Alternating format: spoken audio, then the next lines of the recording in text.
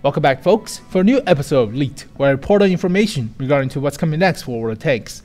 Now, the first test phase of the PVE mode has begun, and it is pretty crazy. So basically, it's like Defend the Castle mode from every other FPS you have ever played, like Zombie mode in Call of Duty, or Killing Floor, except with tanks instead of zombies, but that's pretty neat. So if you don't know what PVE mode stands for, it stands for Player versus Environment, or enemies. So basically you're fighting bots, computers, instead of players, unlike PvP. But that gives the game a breath of fresh air. So if you get tired of being on a tomato team or something like that, you can just play this mode, which I feel is great. So you can just play against bots, have a good time. After 30 minutes you go out, take a break, I don't know, smoke or drink some coffee, eat a hamburger or something like that. But that's pretty nice. So alright, so here's about the mode. So basically, I'll put the link to this website, and you can click on the description below to go to this website, but it is all in Russian, so I'll try to explain as much of it as I possibly can. So basically what they did is, they took the Ensk map, so basically 800 by 800 meters, so as you can see here, and increased it to 2,000 meters by 2,000 meters, so it's more than 4 times as big, so that's pretty nuts. And basically you spawn in the middle of the map, which is the old Ensk map. So you spawn in the center of the town and defend it with 3 bases on it. So that's pretty nice. But you have a swarm of enemies. So basically hordes of enemies spawning on the outside of the map coming to invade your base. You have to defend yourself by killing off these bots. So the concept is pretty simple, but it gets pretty fun after I explain how this works. So that's alright. But you have various waves of small tanks at first. Then you get bigger tanks. And bigger tanks until you get the mouse, 2 of them at the end, as well as 2 E50Ms. So yeah, but you do not start out in tier 10s. All right, that is the trick part. You start out in tier 8s. You do not get to play tier 10 on this map. So this map is catered to tier 8s. So that's gonna be pretty nuts. But I'll explain everything. So click on the link if you want to visit this website, or preview the video. I'll put the link into the video as well, so you can preview this map as well as the link of the website. So here is the main juicy bits, or how I explain how this mode works. So alright, here we go. So basically this mode is currently played on the Ensk map, where you have the original map in the center of the map, if you will, and they increase the size. So I already mentioned this, but alright, they give you a chart of the spawning waves per tanks. So you can see here the first wave, the second wave, the third wave, whatever. And the vehicle types, you can see that. And the mount, wave type. So basically you have normal wave type, they have a convoy. Well, I'll explain this later, which is pretty interesting. You have a normal wave type again, you have artillery missions, so that's pretty nuts. And you have normal wave type again, until you get the boss at the end, which is basically 2 mouses and 2 E50Ms. So, alright. It will take different minutes for each wave to spawn. So basically you do not get swarmed in the beginning, obviously, because that would be so unfair. But I'll explain everything, since the chart does not explain how the game works, as well as with the map. They tell you where the position of each spawn of each wave goes, but that doesn't tell me jack squat. So I put a little demonstration or slide, so I animated everything. So this will be cool. But if you do not want to watch the animation of how this stuff works, you can click on the link right now to skip everything. So just skip it, and for the main details at the end. So here we go. And here is a demonstration of how the PvE mode works. So basically you start out in the center of the map right here, and you have to defend 3 bases: base A, base B, and base C. If you lose all 3 bases, you lose the game. Simple enough. Also take note that base A is more important because this is where you get to respawn. If you lose this base, you must recapture it in order for your team as well as yourself to respawn with your next lineup in a tank. So I don't think you play the same tank. I think you play a lineup of all tier 8 tanks, or you might play the same tank, I don't know, but you still need to capture this base. So this base is very important. I put the time on the top as well as wave number, so take note every slide of which wave and time number it starts out with. But alright, so basically here is wave number 1. At 2 minutes in, you have 4 VK 3001P, 3 VK 3601H, and 2 Nashorns. So all tier 6s moving to base C. Simple enough. And 6 minutes in, you have wave number 2. This consists of 3 T150s, 4 KV85s, and 2 T3485s. So they'll spawn right here and move towards base C. So pretty easy wave, all tier 6s. Alright. Wave 3 starts at 8 minutes in, so you only have 2 minutes after destroying all these tanks to destroy the 5 Super Pershings. So this is a special wave because it's a convoy. So basically what happened is there's going to be 5 Super Pershings right here moving in a convoy to point B right here.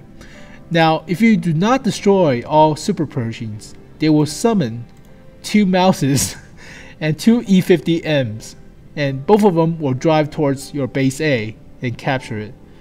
Now you're playing in a tier 8 tank.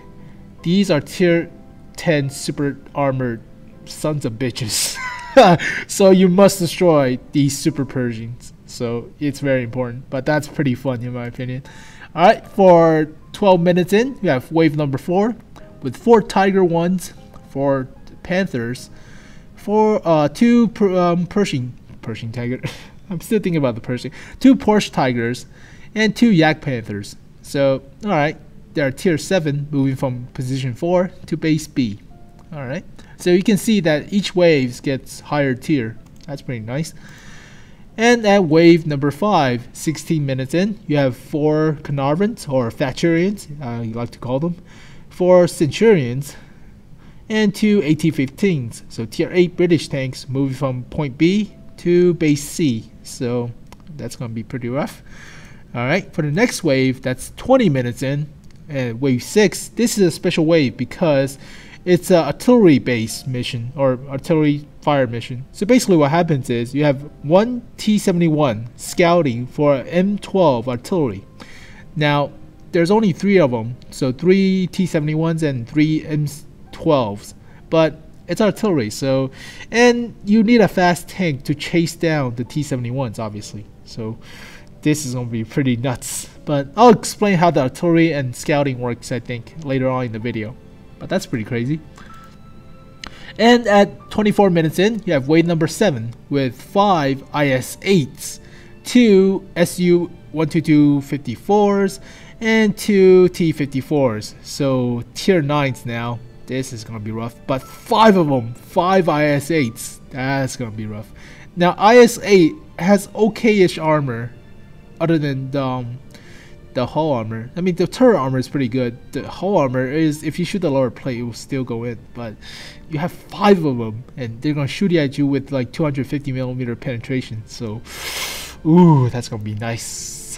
That's gonna be rough. All right, and the final wave is at 28 minutes in. So basically, you have 2 mouses and 2 E50Ms moving from the bottom towards base C. So this is the final boss wave, but if you don't already dealt with 2 mouses and 2 E50Ms from the Super Pershing convoy, you'll deal with them now. So, woo! But also note, you must take care of base A because that's where you respawn. So that's very important. But yeah, that's gonna be pretty fun. Fighting off 2 mouses and 2 E50Ms together. All of them are together, alright? So, Jesus. Here are the miscellaneous facts about the PVE mode on Ensk. So basically, it is designed for players with tier 8 tanks. So yeah, I'm sorry for those who have anything else, but you need to get a tier 8 tanks to play this game mode. That's gonna suck, but alright. You respawn only at base A, so you must capture it. It is very important, and secure it. So it's pretty important. Now you can ready multiple tanks to respawn, I think, other than respawning with the same tank.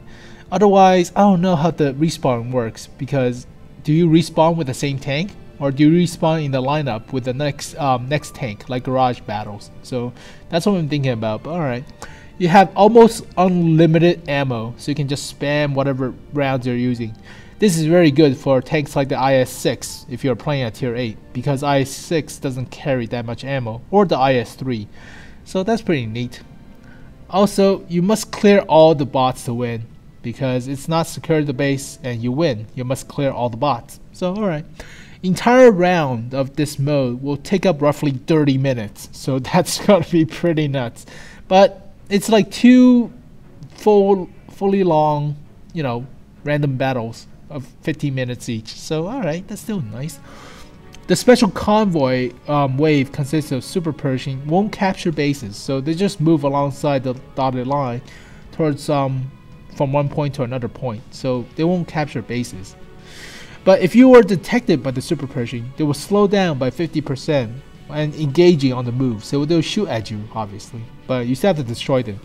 Now, if you already know super Pershings, they have very good frontal armor. Side armor and rear armor are crap, so alright, so you can deal with them. But the super Pershing will disappear when reaching the final destination, so they will not engage and stay there, so they'll just disappear off the map. But they will summon 2 mouses and 2 E50Ms at you, so you can just prevent the mouses and E50Ms from showing up by just killing the super Pershing, obviously. Alright. And artillery won't capture the base, so simple enough. There are a total of 68 enemy tanks if you count the mouse and the E50Ms showing up with the convoy wave, so that's gonna be pretty nuts. With 26 heavies, 25 mediums, 8 tank destroyers, 3 lights and 3 artilleries. But alright. But in my opinion on this mode is it's gonna be pretty fun because you get to choose which tier 8 is best suited for this mode. Now you have to travel almost 2 kilometers. Yeah, that's 2 kilometers. 2 kilometers by 2 kilometers on each side of the map, so that's gonna be pretty nuts because the map is huge, so you need a fast tank. Tanks like the T28 and T28 prototype, too damn slow. Too damn slow. Even the Ferdinand I think is too slow, so you might need a fast medium tank. Also, you also need armor because there's a mouse and an E50M, so you need something with a punchy gun as well as armor to hold up. So basically I've been thinking about which tank to choose, and I basically come up with the KV4. The KV Fortress is a very good reliable choice. Yeah, it's very good armor, side armor. You can side scrape the crap, and you can bounce a BL10 shot easily if you side scraping. So KV4 is a very good choice. The gun's very punchy too with APCR. It has about 350mm penetration on the APCR, so that's pretty nuts. But KV4 is a good choice. Centurion is a very good choice. Very good penetration, very good turret armor, and decent mobility. So that's pretty nice. You have any other choice like the T44, even though it doesn't have any penetration whatsoever. Yeah, I've been thinking about a lot of tanks for this mode. I don't think the Ramatel Borsig or any weak armor tanks are worth it because it's mostly a city battle map. You have to prevent enemy from capturing your base. So unless you're playing the Ramatel Borsig on the map outside, so basically if you what the hell is that thing? 1 second. So basically I'll put out the map again. So basically if you have the Ramatel Borsig camping like some bushes right here or something like that, that might work, but yeah, you still be outside the base, and if enemy already captured the base, you have to go recapture it with the Ramatel Borsig, which you don't have any armor. But Ramatel Borsig could still work, like if you camp some bushes right here with your superior camouflage and shoot the freaking bots into pieces, that might work. So, alright, but don't play slow tanks, so alright. Well, in final judgment on this PvE mode on Ensk is that I think this game type will be one of the most fun game modes in the game because you get to fight against computers instead of tomatoes or unicums or whatever. So you have to deal with only computers instead of those other humans. So you're fighting tanks with the IQ of a lima being, hopefully. But yeah, so nice breath of fresh air, so you don't have to deal with humans. There's 2 problems I see with this mode, however. The first one is you're only playing with tier 8 tanks. Now, what if you don't have a tier 8 tank? That's gonna suck, because what if you only started out playing World of Tanks and you only have a tier 5 or tier 6? So that's gonna suck. But it does provide initiative to reach a tier 8, so that's gonna be nice. The second problem I have with this game mode is that some people might be turned off if it's 30 minutes long. So that might be a problem. Now if you're gonna put more initiative on playing this mode, like more credits or more XP, That's gonna be pretty awesome. So if you have actual XP making capability of playing this mode, a lot of people will choose to play this mode instead of playing against random battles. So you have to balance that out. So alright, that's gonna be one of the problems. But entirely, this mode feels awesome, and I cannot wait until this mode come out, because I'm probably gonna play with my ISU and just camp in a bush and just shoot the shit out of stuff. But yeah, this mode feels a lot of fun. So basically, thank you guys for watching this video, and comment below what you think about this new PvE mode, because it's crazy, outrageous. So hope you guys enjoyed this video. Thank you guys for watching. Comment below on what you think about it, and rate this video if you can. That helps me out a lot. Subscribe to my channel for more leaked videos about World of Tanks, as well as my tank reviews and other stuff. So, but other than that, thank you guys for watching, and I'll see you guys next time. Peace.